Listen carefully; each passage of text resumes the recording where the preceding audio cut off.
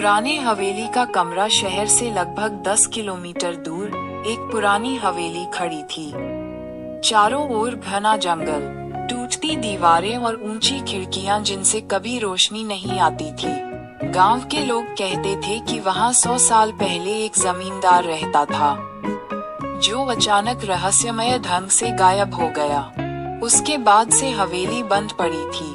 दिन में भी वह हवेली डरावनी लगती थी और रात में तो कोई उसके पास जाने की हिम्मत नहीं करता था। लेकिन आज के जमाने में पुरानी कहानियों को लोग अंधविश्वास मानते हैं। अर्जुन, मीना और विक्रम, 3 दोस्त, ने तय किया कि वे हवेली में रात बिताएंगे। कैमरा, टॉर्च और मोबाइल उनके पास था। वे सब हंसते हुए कह रहे थे, कुछ नहीं है यहाँ। लोग बेवजह डरते हैं। जैसे ही वे हवेली के गेट से अंदर गए, लोहे की किवाड़ें अपने आप चरमराते हुए बंद हो गईं। कर्क कक, ठक कक, इतनी जोर से कि तीनों चौंक पड़े।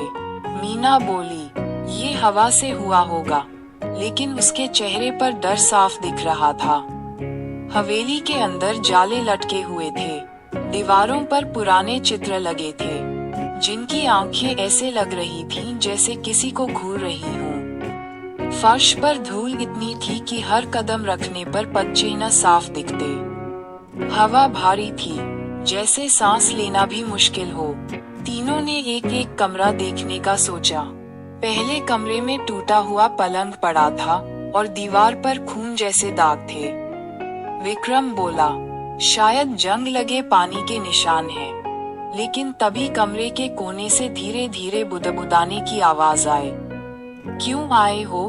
तीनों ने टॉर्च घुमाई, वहां कोई नहीं था। वे अगले कमरे में गए। इस कमरे में एक बड़ी खिड़की थी। बाहर से चांद की हल्की रोशनी अंदर आ रही थी। अचानक खिड़की अपने आप बंद हो गई और कमरे में अंधेरा छा गया। उसी अंधेरे में मीना को लगा कि किसी ने उसके बाल खींचे। वह चीख पड़ी। अर्जुन और विक्रम ने टॉर्च जलाई, लेकिन वहां कोई नहीं था। बस खिड़की के शीशे पर धुंधली उंगलियों के निशान उभर आए थे, ऐसे जैसे किसी ने अंदर से खुरचा हो। तीनों डर चुके थे, लेकिन बाहर निकलने की कोशिश की तो गेट बंद था। मजबूरी में वे ऊपर की मंजिल पर गए। वहां एक लंबा गलियारा था। गलियारे के दोनों ओर दरवाजे थे और बीच बीच में पुराने लैंप टंगे थे, जिनमें आग नहीं थी। फिर भी हल्की हल्की रोशनी टिमटिमा रही थी। गलियारे के बीचों बीच अचानक ठंडी हवा चली और दरवाजे अपने आप खुलने लगे। हर दरवाजे के पीछे बस अंधेरा था, लेकिन उस अंधेरे से फुसफुसाहट आती थी। मत आओ, वापस जाओ, यहाँ कोई नहीं बचता, मीना ने कांपते स्वर में कहा। चलो, वापस चलते हैं। लेकिन तभी गलियारे के आखिरी दरवाजे से कराहने की आवाज आई। अर्जुन बोला, शायद कोई है अंदर, चलो देखते हैं। दरवाजा धक्का देकर खोला। अंदर एक बड़ा सा कमरा था। कमरे में एक पुरानी कुर्सी रखी थी और उस पर कोई बैठा हुआ था। सफेद कपड़े में लिपटा, झुका हुआ, चेहरा ढका हुआ। अचानक वह सिर उठाकर उनकी तरफ देखने लगा। उसकी आंखें जलती लाल थीं और चेहरे पर मांस नहीं था, सिर्फ हड्डियां और सड़ी हुई चमड़ी। तीनों चीख पड़े। वह साया कुर्सी से उठ गया और हवा में तैरने लगा। उसकी आवाज गूंजी, तुम्हें नहीं आना चाहिए था। ये हवेली तुम्हें जाने नहीं देगी। विक्रम ने टॉर्च उस पर फेंकी, लेकिन टॉर्च उसके आर पार चली गई। मीना रोने लगी। अर्जुन ने हिम्मत करके दरवाजे की तरफ दौड़ लगाई, लेकिन दरवाजा अपने आप बंद हो गया। कमरे की दीवारें लाल रोशनी से चमकने लगी और फर्श पर खून जैसा तरल बहने लगा। वह साया और पास आता जा रहा था। उसने हाथ उठाया और हवा में बिजली जैसी आवाज गूंजी। तीनों ने आखिरी बार एक दूसरे की तरफ देखा और फिर कमरे में एक जोरदार चीख गूंजी। अगली सुबह गांव वाले हवेली के पास पहुंचे। गेट खुला हुआ था। अंदर जाकर देखा तो गलियारे में तीनों के पदचिह्न वहीं तक थे जहां से आखिरी दरवाजा शुरू होता था। उसके आगे कुछ नहीं, बस उस कमरे के दरवाजे पर खून जैसे दाग और अंदर एक टूटा हुआ कैमरा पड़ा था। कैमरे में आखिरी रिकॉर्डिंग यही दिखाती थी, तीनों दोस्तों का डर से कांपता चेहरा और फिर अचानक अंधेरा। गांव वाले कहते हैं कि उस हवेली का वह कमरा आज भी बंद है। रात को अगर कोई हवेली के पास जाए तो अंदर से कराहने की आवाज आती है। लोग फुसफुसाहट सुनते हैं, यहाँ कोई नहीं बचता, और जिसने भी उस कमरे में कदम रखा वह कभी वापस नहीं लौटा।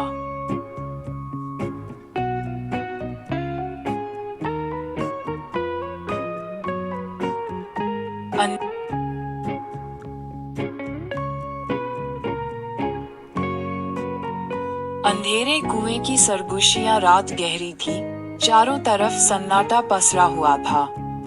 आसमान पर बादल छाए थे और चांद की हल्की सी रोशनी भी गायब थी। हवा में अजीब सी ठंडक थी, इतनी कि जैसे कोई अदृश्य हाथ आपके कंधों को छूकर गुजर जाए। जंगल से कभी कभी किसी उल्लू की आवाज आती, हूं हूं, और फिर सब कुछ खामोश। अर्जुन नाम का एक लड़का शहर से अपने गांव लौट रहा था। उसे जल्दी घर पहुंचना था और उसने सोचा कि पुरानी पगडंडी से निकले तो रास्ता छोटा पड़ जाएगा। लेकिन गांव के लोग हमेशा कहते थे, उस रास्ते पर रात में मत जाना, वहां पुराना कुआं है।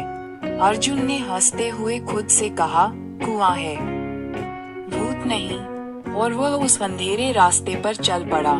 कुछ देर चलने के बाद वह कुएं के पास पहुंचा। टूटी फूटी ईंटों से घिरा, बेलों से ढका हुआ, जैसे सदियों से किसी ने उसे छुआ ही न हो। कुआं इतना काला दिख रहा था जैसे उसके अंदर कोई तली ही न हो। अर्जुन ने शरारत में एक पत्थर उठाया और कुएं में फेंक दिया। ठाक आवाज आए, लेकिन उसके बाद गूंजने की जगह अंदर से किसी के रोने की धीमी आवाज आए। क्यों गिराया मुझे? अर्जुन का दिल जोर से धड़कने लगा। उसने सोचा शायद उसका भ्रम है। उसने कदम तेज कर दिए, लेकिन जैसे जैसे वह आगे बढ़ता उसे लगता कि पीछे कोई है। कदमों की आहट उसके पीछे पीछे चल रही थी। वह रुकता तो आवाज भी रुक जाती, वह चलता तो फिर वही आहट। डरते डरते उसने पीछे देखा, कोई नहीं था, लेकिन जमीन पर गीले पैरों के निशान बने हुए थे, जैसे कोई कुएं से निकलकर उसी के पीछे पीछे चल रहा हो। अर्जुन की सांसें तेज हो रही थीं। तभी अचानक उसने देखा, रास्ते के किनारे एक औरत खड़ी थी। लाल साड़ी पहने, खुले बाल, और चेहरा अंधेरे में साफ नहीं दिख रहा था। वह औरत धीमी आवाज में बोली, बेटा, जरा पानी पिला दो, बहुत प्यास लगी है। अर्जुन हकला गया, मेरे पास पानी नहीं है। औरत धीरे धीरे हंसने लगी। उसकी हंसी धीरे से तेज होती गई और फिर अचानक डरावनी आवाज में बदल गई। तो मेरे साथ चलो, कुएं से पानी भर लेंगे। चलो चलो। अर्जुन का खून जम गया। वह मुड़ा और जान बचाकर भागने लगा। उसके कदम कांप रहे थे, सांस फट रही थी, लेकिन पीछे से वही सरसराहट, वही हंसी और वही शब्द बार बार गूंज रहे थे, चलो कुएं तक।